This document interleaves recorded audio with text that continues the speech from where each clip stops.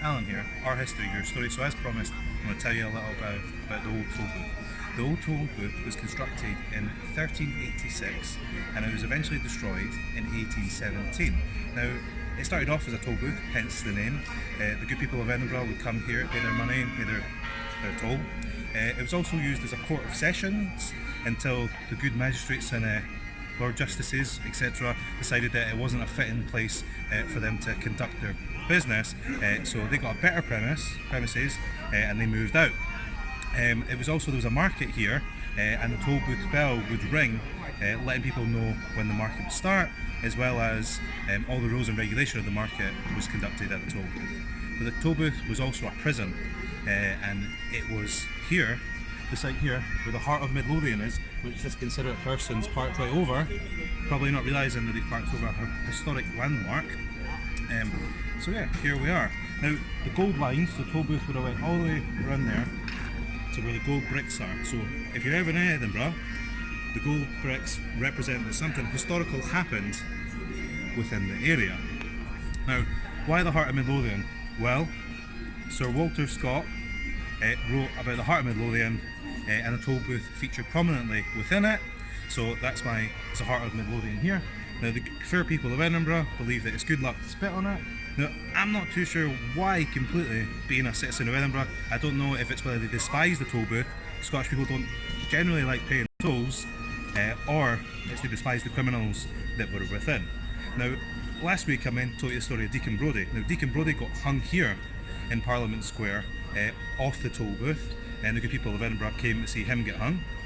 And judicial executions would happen here, and parts of bodies would be mounted on the toll booth, letting people know the fate that could be had if they pursued criminal activities.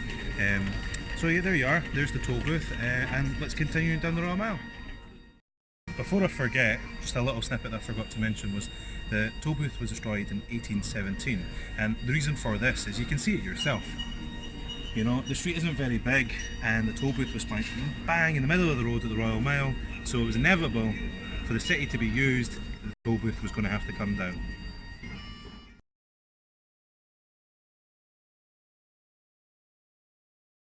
Here we are at Old Fish Market Close. Now, you can see on the sign different fish that they would have had on offer during the day. Now, if you look over here, you might be able to see the Firth of Forth, which links up to the North Sea. And that's where all the fish would come in from, the Port of Leith, and then eventually get brought up here to Edinburgh. Now, during the time, it was known as an old stinking ravine, possibly because the people in Edinburgh didn't like the smell of the fish, or because the fish that wasn't sold just got discarded down the ravine. But anyway, it was here that Daniel Defoe is being suspected to work as a spy for the English. And he might have heard tales of Robert Selkirk, who was the Scotsman that inspired the tale of Robinson Crusoe. Now, he got shipwrecked on an island, and that was the inspiration for it. So there we are. Now let's continue down the Royal Mile. Behind me is one of the oldest buildings on the Royal Mile.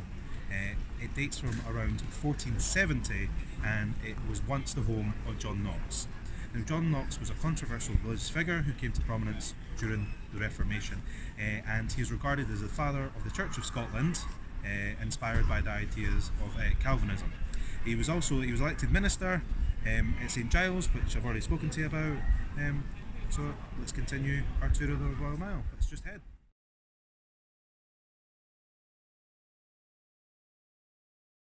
This is the World's End pub, and there's World End Close. Dubbed this because for the good people of Edinburgh, this was the World's End. This was the perimeter where the good city of Edinburgh existed, and where that line is where it ended. And for a lot of people in Edinburgh that were too poor to pay the toll, they couldn't leave Edinburgh. But also, there was a wall built along here, Flodden's Wall, named this because the Scots lost the Battle of Flodden. So there's a Flodden's Wall there. Now, Scotland has always had the old alliance with France, and people in Scotland, or kings of Scotland, thought that they could always call on the help of the French, and they could. However, after King Henry VIII invaded France and suppressed their threat, that wasn't the case anymore. So the Flodden Wall was built here, and that's why it's called the rather ominous World's End Pub and World's End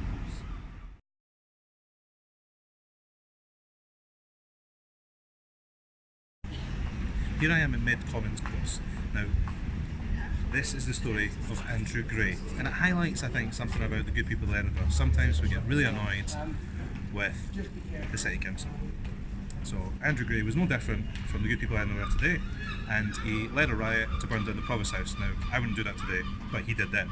And because he burned down the Provost House, which is the equivalent of a mayor in the rest of the world, he was sentenced to death, and he was sentenced to be hung. But he escaped before the authorities could catch him. He got on a boat, ended up in Morocco, where he found his fame and fortune. Now, he came back to Edinburgh and when Edinburgh was in the grip of plague, and he fell in love with the Provost's daughter, which, you know, kind of ironic. He fell in love with her, but she came down with plague, and he managed to nurse her back to health. And the Provost was so happy that he granted him a pardon for his previous ill deeds. And it was here that they lived, in Mid Common Close, and it's called Morocco Land, dubbed. And there's a Moroccan man just up there, the statue, in a turban with a necklace. There. Behind me is St John Street. Dubbed this because of the Knights of St John's, who were also known as the Knights Hospitaller. The Knights Hospitaller were charged with protecting pilgrims on their route to the Holy Land, as well as providing medical assistance, hence the name Knights of the Hospital or Knights of the Hospitaller. Now, they were based here in Edinburgh in the 13th and 14th centuries, and they had extensive property throughout the area, Sopton Park, or Sopton Hall actually being one of them, which I've mentioned in one of my previous videos. But they had extensive properties throughout here, and the Knights of St John's still exist under the guise of the St John's Ambulance Service, providing training and medical assistance to people throughout the world, but I know them mostly for their first aid training. So that's St John Street and the Knights St John. Now, this has been our History Your Story. I've been Alan, and this has been a Tour of the Royal Mile Part 2, but there will be a Part 3, which will take us from here down to the Canongate and Holyrood, and I look forward to seeing you next time.